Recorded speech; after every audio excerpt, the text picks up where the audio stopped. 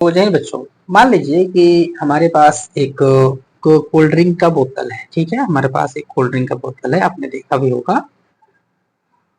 तो बच्चों, आपने देखा होगा कि जो कोल्ड ड्रिंक का बोतल होता है उसके ढक्कन को जब हम खोलते हैं तो ठस की आवाज आती है।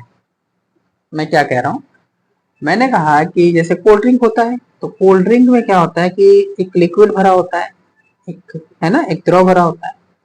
और जैसे ही उसके ऊपर लगे हुए जब हम कैप को खोलते हैं, है ना, जैसे ही उसके ऊपर लगे हुए कैप को खोलते हैं तो ठस की आवाज आती है। वो क्या होती है जो ठस की आवाज आती है? वो होती है कार्बन डाइऑक्साइड। Carbon dioxide. तो इससे ये मैं सोच सकता हूँ कि भाई लिक्विड में यानी कि विलायक में यानी कि द्रव में हमारा गैस भरा होता है। कोल्ड ड्रिंक होता है, फिर सोडा वाटर में मैं लेकर के आपको समझा सकता हूँ। तो होता क्या बच्चों कि किसी भी, जैसे कोल्ड ड्रिंक को ही मैं लूंगा, जैसे कोल्ड ड्रिंक होता है जो, वो एक तरह का लिक्विड होता है, एक तरह का द्रव होता है और उसमें गैस को घोला जाता है। तो जब भी द्रव में गैस को घोलना होता है तो हम हमेशा प्रेशर का यूज करते हैं, यानी कि दाब का यूज करते हैं। समझ में आ रही है बात मेरी, मैं क्या कह रहा हूँ? मैं ये कह रहा हूँ बच्चों, जैसे विलयन होता है, जैसे सोल्यूशन होता है, तो दो पदार्थों का समांगी मिश्रण होता है। तो ऐसे ही जो कोल्ड ड्रिंक होता है वो भी एक सोल्यूशन होता है। किसका किसका सोल्यूशन होता है? तो वो विलायक और विलेय का सोल्यूशन होता है, जिसमें विलायक के लिए हम कहते हैं कि द्रव होता है और विलेय के लिए कहते हैं कि उसमें गैस घोला हुआ है। किसमें? मोल में। ठीक है। तो कहने का मतलब ये होता है बच्चों कि जो मैं आपको पढ़ाने वाला हूँ, मैं आपको बताने वाला हूँ, वो हेनरी का नियम है। तो हेनरी के नियम में ये कहता है कि भाई देखिए, आपको किसी विलायक में अगर गैस भरना है हो तो आपको दाब लगाना पड़ेगा, यानी कि दाब से ही आप गैस को भर सकते हैं किसी विलायक में। आप अगर थोड़ा सा दाब लगाएंगे तो विलायक में गैस तो घुलेगी, लेकिन थोड़ा सा घुलेगी। मैं जो कह रहा हूं आप उसको ध्यान से सुनते रहिए बच्चों। और अगर आप ज्यादा देर तक दाब लगाते हैं तो गैस घुलेगी, ज्यादा घुलेगी। यानी कहने का मतलब कम दाब लगाएंगे तो ज्यादा, कम दाब लगाएंगे तो कम गैस का मोल घुलेगा, और ज्यादा अगर आप दाब लगाते हैं तो जो गैस का जो मोल अंश होगा वो ज्यादा होगा। ये कहने का मतलब हुआ किसी विलायक में।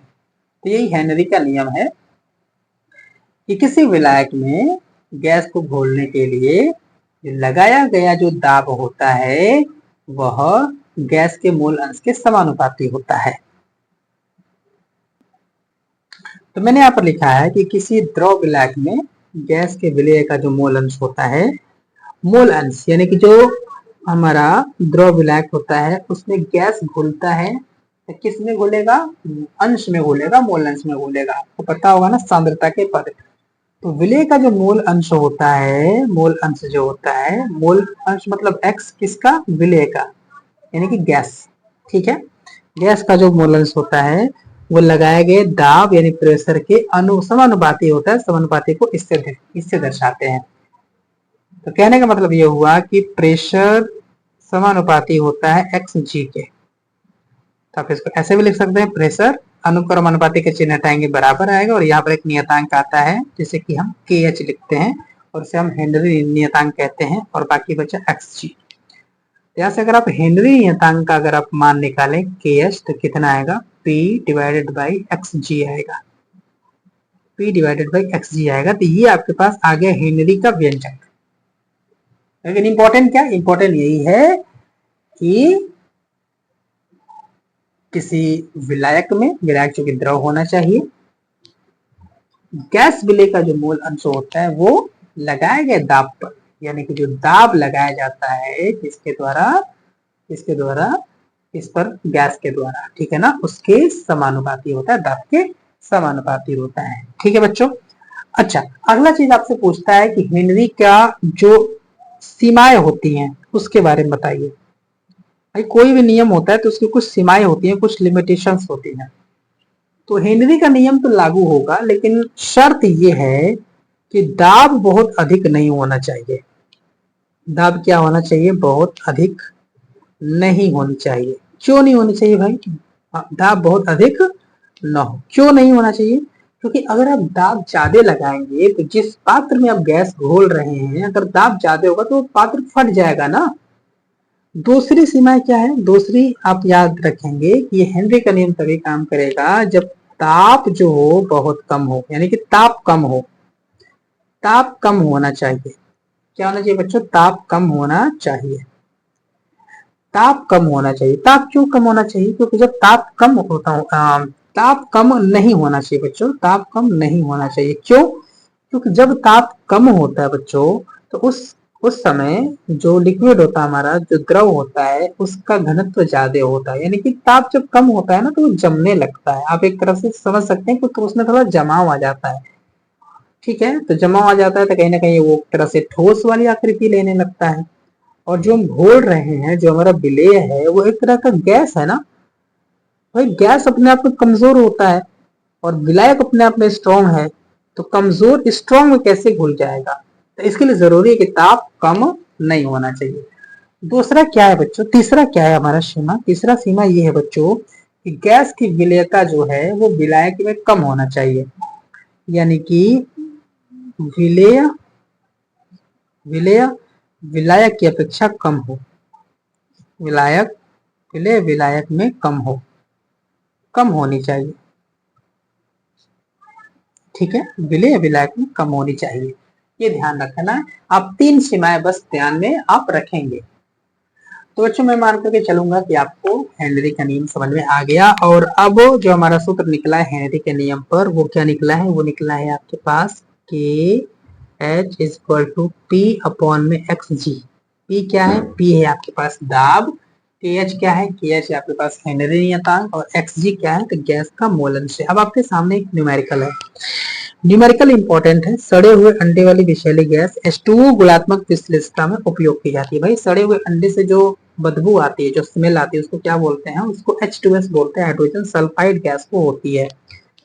यदि H2S गैस की जल में STP का मतलब होता है स्टैंडर्ड टेम्परेचर एंड प्रेशर पर विलेयता 0.195 मोल हो, मोलल बोलेंगे इसको, मोलल हो, तो हेनरी स्थिरांक की गणना कीजिए। ठीक है बच्चों, मैं यहाँ पर 2 ज्ञान की बातें आपको बताना चाहूंगा।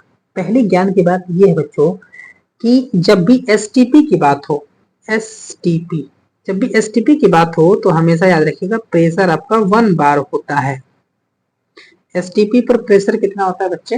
1 बार होता है। ठीक है, और दूसरी चीज जो विलेयता दी गई है, जो कि स्मॉल एम है ना, जैसे देखिए यहाँ पे लिखा हुआ है 0.195 स्मॉल एम, तो इसका मतलब ये हुआ कि मोलैरिटी है, मोलैलिटी है ना, मोलैलिटी यानी कि ये मोललता है, मोललता है, मोललता है कितना? 0.195 मोलल, ये मोललता है।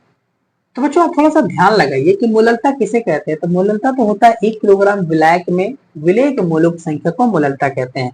अगर ये मोललता है तो इसका मतलब क्या हुआ कि जो विलेय के मोल है 1 किलोग्राम में वो इतना है।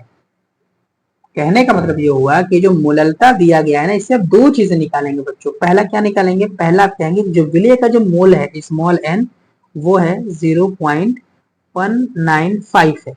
ठीक है, पहली चीज इतना मोल। और दूसरी चीज आप कहेंगे कि जो विलायक का जो द्रव्यमान है, यानी कि जो विलायक है, विलायक का जो भार है, विलायक का जो भार है बच्चों, वो कितना है? 1 किलोग्राम है।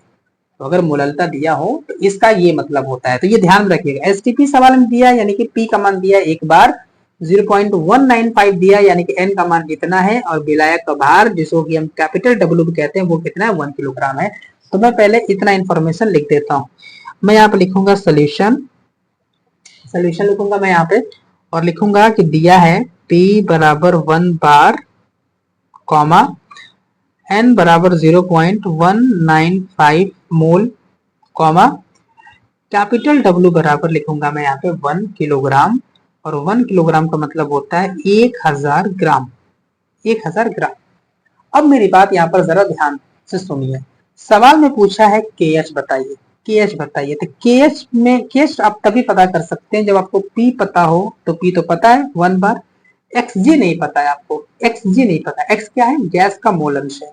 तो गैस का मोल अंश आप तभी पता कर सकते हैं बच्चों, गैस का मोल अंश आप तभी पता कर सकते हैं, एक्स जी आप तभी पता कर सकते हैं जब गैस के मोलों की संख्या पता हो और बटे में गैस के मोलों की संख्या पता हो और बटे में गैस के मोलों की संख्या प्लस विलायक के मोलों की संख्या पता हो। ये सूत्र होता है ना, जानते हैं ना, मोलेंस का फॉर्मूला होता है, किसी भी घटक का मोलेंस बराबर होता है उस घटक की मोलों की संख्या बटे बिलियन के सभी घटकों के मोलों की संख्या का योगफल। ऐसे होता है। स्मॉल एन तो ठीक है, कोई दिक्कत नहीं, स्मॉल एन बराबर इतना हो जाएगा। कैपिटल एन हमको चाहिए होगा। कैपिटल एन का मतलब क्या होता है बच्चे? कैपिटल एन का मतलब होता है विलायक के मोलों की संख्या। ये निकालना पड़ेगा मुझे। जब आप कैपिटल एन निकाल लेंगे तो एक्स जी निकाल लेंगे, और जब एक्स जी निकल जाएगा तो के एच निकल जाएगा। समझ रहे हैं मेरी बात ना? ठीक है, तो मैं एक काम करता हूँ बच्चों, मैं निकालता हूँ पहले कैपिटल एन। कैपिटल एन का मतलब होता है विलायक के मोलों की संख्या। मोल बराबर होता है भार बटे अणुभार, भार बटे अणुभार।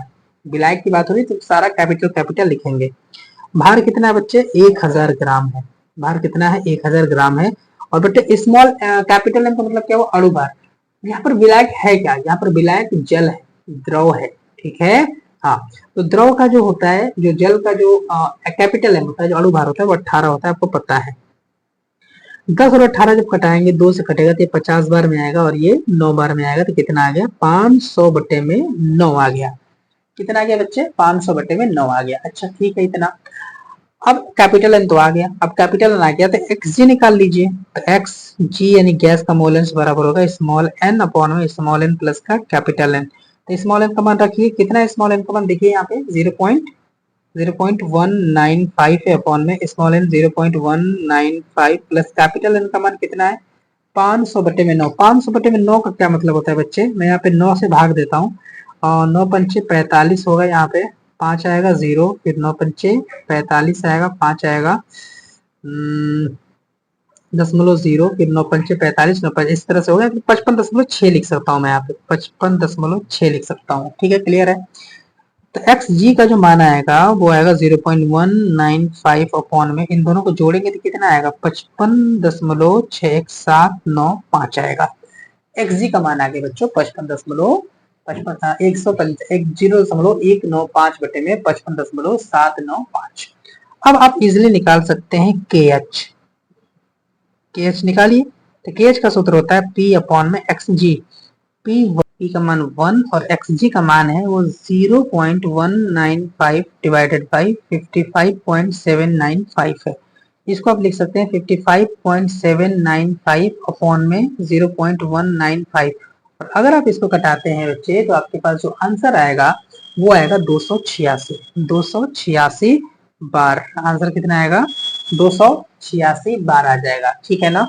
तो ये आपका हो गया एक ऐसा न्यूमेरिकल जो आपके पेपर में पूछ देता है कभी कभी। ठीक है, तो मुझे उम्मीद है बच्चे कि इस वीडियो में जो हमने हेनरी का नियम और उससे संबंधित एक न्यूमेरिकल हमने किया है, उम्मीद मैं करता हूं बच्चों कि आपको जरूर समझ में आया होगा। वीडियो अगर पसंद आया तो वीडियो को जरूर लाइक करिएगा, चैनल को भी सब्सक्राइब याद से कर दीजिएगा बच्चों।